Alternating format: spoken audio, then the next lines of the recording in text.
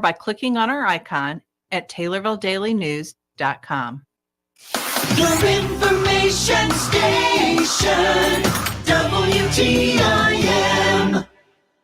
Welcome into WTIM, your information station. I'm your host, Tim Zellbag of the WTIM Morning Show. We're with our master gardeners right now, Gwen Podesky and Sandy Klein, the University of Illinois Extension in Christian County. Much to talk about today with them, but what's the current conversation about gardening out there? How do we stand in our gardening process right now? Well, I think people are finally starting to get a decent crop of tomatoes. Nice. If they're like me. Tomatoes were really late to come in, and the first bunch, because we had that extensive hot and dry weather in June, the first tomatoes were really struggled. I mean, so that's been there, and I've had I've got a great crop of peppers set for some reason. I never had luck with peppers, but anyway, things are going along. Your green beans, if you planted them in May or June, are probably starting to deteriorate a lot, and it might be a good time, especially if you see a lot of like the mite damage, the leaf miner damage, where they're turning a goldish color and seeming to be kind of stiff and hard. I would go ahead and pull those out and maybe consider, you've still got, this is August 12th. Yeah. I would maybe consider trying a fall crop. Some people have good luck with green beans and plant what they call succession planting. So I would maybe consider doing that. I have had only one pepper. Isn't that strange? We're moving into cooler weather, and peppers like cooler weather. And that's true. That's true. That's absolutely. So I'm not pulling them out. I might still have another. I've had one. And it's probably good to just keep watering them, don't you think? Yeah. I think just keep watering them, and they will, for some reason. Sandy's right. They really come on. Like cooler weather. Sure. And my tomatoes were awful. They were little bitty. Nothing like yours. But I think I've got soil problems. Well, and honestly, that's good. And this is maybe a time, if you're thinking about your garden and you've already maybe put part of it to bed or something, maybe it's a good time to consider stopping at FS and getting a soil test kit and seeing what you've got there that might tell you. And I want to tell you, we had somebody at the farmers market tent on Saturday asking about soil testing and thinking it was going to show them problems or different trace chemicals. And it does show you, but what it's looking for is the soil fertility, not so much like bacterial wilt or anthracnose or some of the other soil-borne diseases. It's not going to find that. So but what it will tell you is what you can do to your soil to improve it. Like if you need to add, if you need to add things like manganese or magnesium or some of the other things, and it will give you some hints on what may need to be kind of spruced up. Yeah, absolutely. How important is knowing that bacteria part of it when you're just trying to have a successful crop? Well, it is what it is. Yeah. There are also, there's a microbial world that none of us know about that goes on in the soil. Okay. So, and that's really, some of it's good and some of it's bad. And, there are things I've learned. There were places in my yard, just, this is never going to work here. And sometimes it's a matter, it is a good idea. And one thing to keep on top of that is to do plant rotation. If you plant what they call a cucurbit crop, which is squash, cucumbers, melons, pumpkins, if you plant those in the same place every year, you're going to run the risk of having a bacterial wilt that's specific to them. Same with potatoes, tomatoes, and peppers.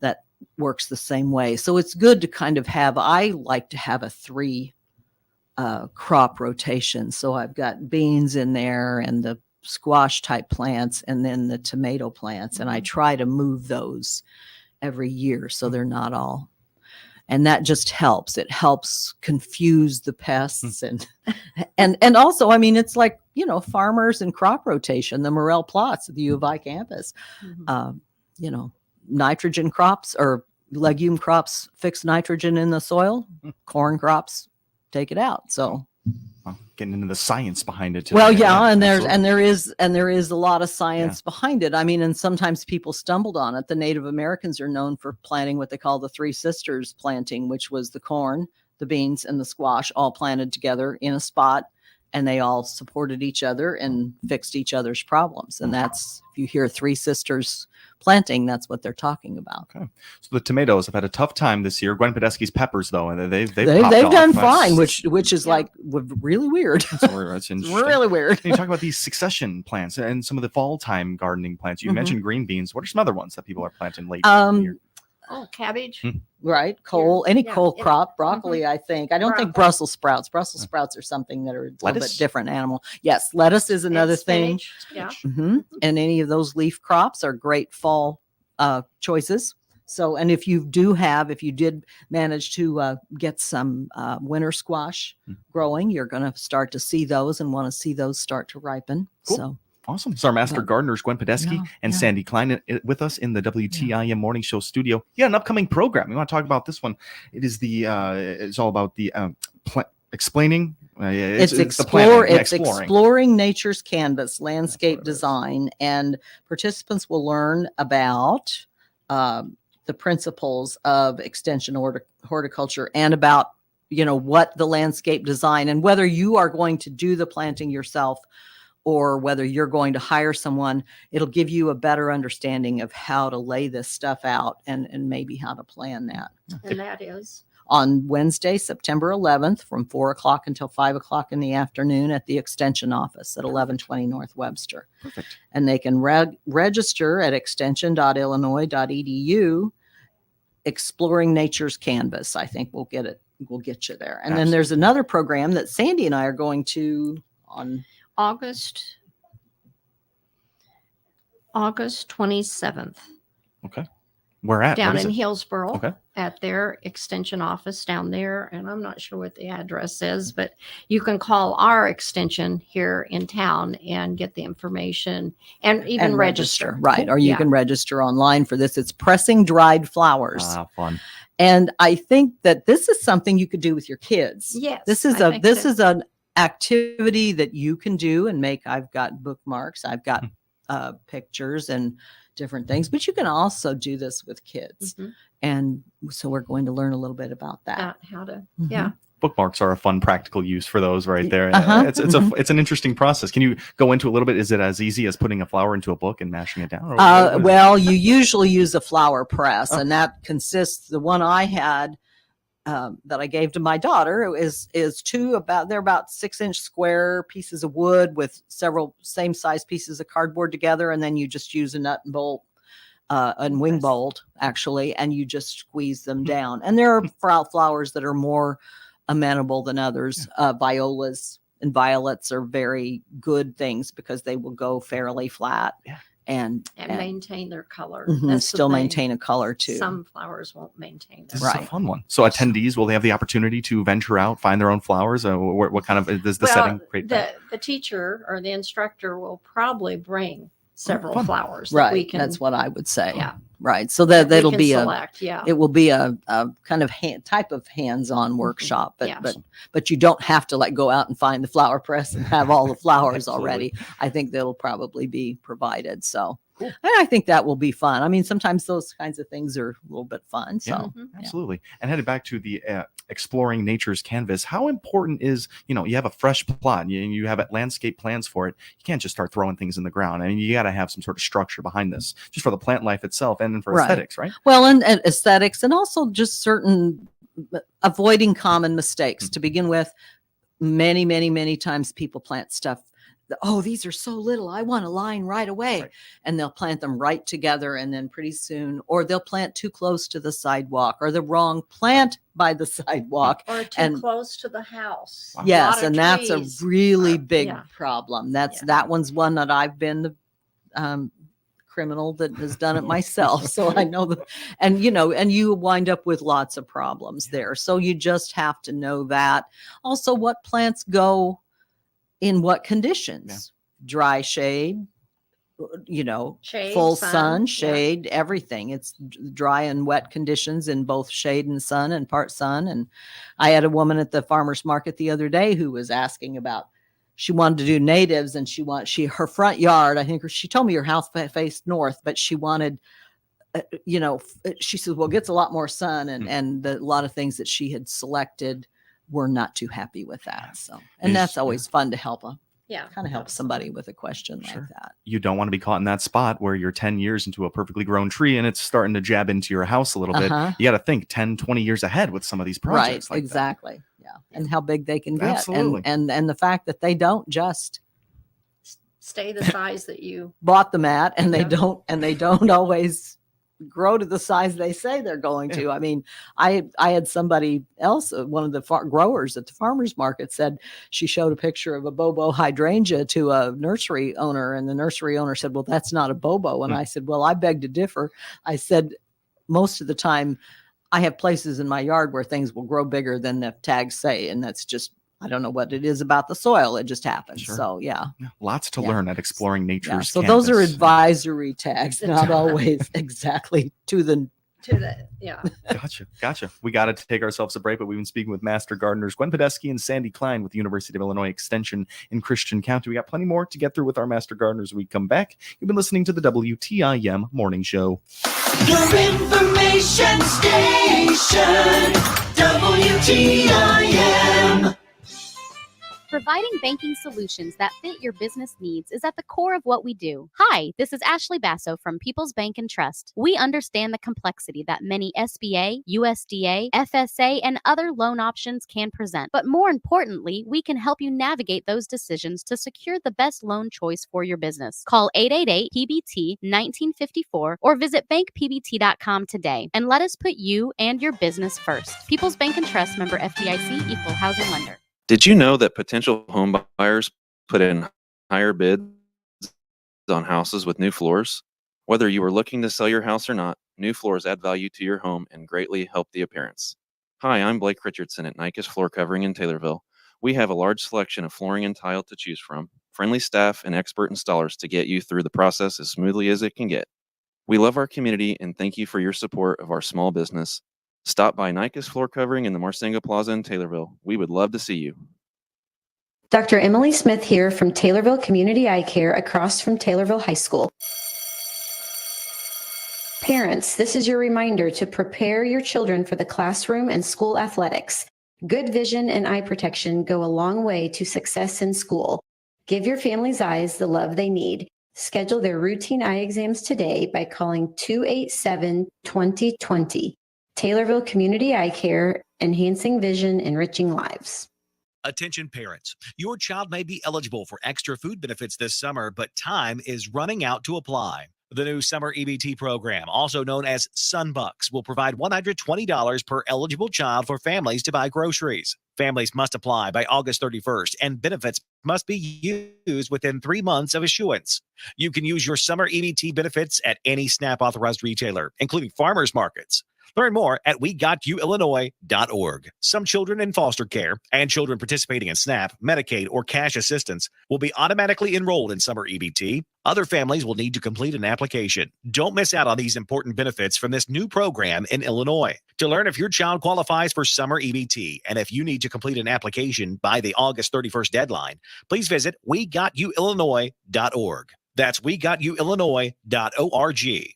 Sponsored by the Illinois Commission to End Hunger. Aired in cooperation with this station and the Illinois Broadcasters Association.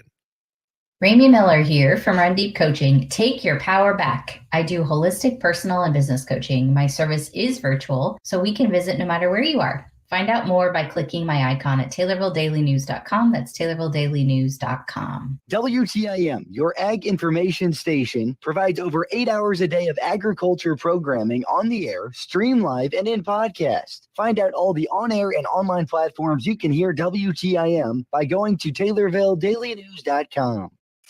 Your information station, WTIM. Welcome back into the WTIM morning show, this time with our master gardeners, Gwen Podesky and Sandy Klein. And thanks so much to our live stream sponsors, People's Bank and Trust, where they put people first, and Landmark of Taylorville, where you always do better with Landmark. That first half, we talked some upcoming programs, the current state of gardens out there. Let's talk a little bit about the farmers markets here in Christian County. It's been a good summer of farmers markets, hasn't it? Yeah, I think we've managed to avoid most of the real hot weather. Absolutely. Well, we're nearing our final one of the summer. I can't even believe I'm saying that. August 24th will be the last time that we'll have the big orange tent out there. And I think Sandy and Mike will be there to answer your questions and kind of look over what you got and talk to you a little bit. We'd also like to encourage people to register for Master Gardener training. There is a hybrid training coming up starting in September. So it's a good thing to call the office at 287-7246 and ask about registering for that. Absolutely. Program. So, and this one is only $175 for the class, and it goes through December 10th. Great. So anyway, but and then we have the help desk. Yes, help desk. What day of the week can we expect the help desk? Thursday. From 9 to 11. 9 to 11. How's help desk? They can walk in with specimens that they're having problems with, or they can give us a call. Yeah. A specimen has recently been brought to your attention, though, and for the live stream viewers there, we can look at it. Explain this. What is this called? And people have been seeing it, apparently. It is well, it's not that easy to see. Okay. So go ahead and hold that up, Sandy. That is a image of a squash vine borer. So if your squash plants that looked great yesterday die today, this is the critter, and it's not this guy that's doing the damage. It's his babies or her babies. She's laid an egg in the stem of the squash plant, and the caterpillar is eating the inside of the squash plant. But these are I've never seen one. And this is the first time I've ever really seen an image of one. So I'd like to thank Kirsten for sending this on to me and giving me a chance to finally see what kills my squash plants. But they are absolutely deadly. And so it's a good thing. It's one of those things that BT, Bacillus thuringiensis, also called Dipel on the market, is a good thing. If you are religious about putting that on your plants, that will help, because and it's specific to caterpillars. So it isn't going to do anything to bees, and it's going to do anything. It's just going to kill the caterpillar, the animals that have insects that have a caterpillar in their. So these are kinds of things that people can bring in to the help desk. Yeah. And it not only, we get educated too. Sure. Oh, because certainly. like Gwen said, she had never seen this. So it helps us too, to expand our knowledge of. Absolutely. Right. And so we can pass it along. Yeah. And So kind we of can pass keep it on record to of others. it being there. So, other folks, so sometimes things happen in waves. If it happens this year, it's like with the cicadas, we all knew.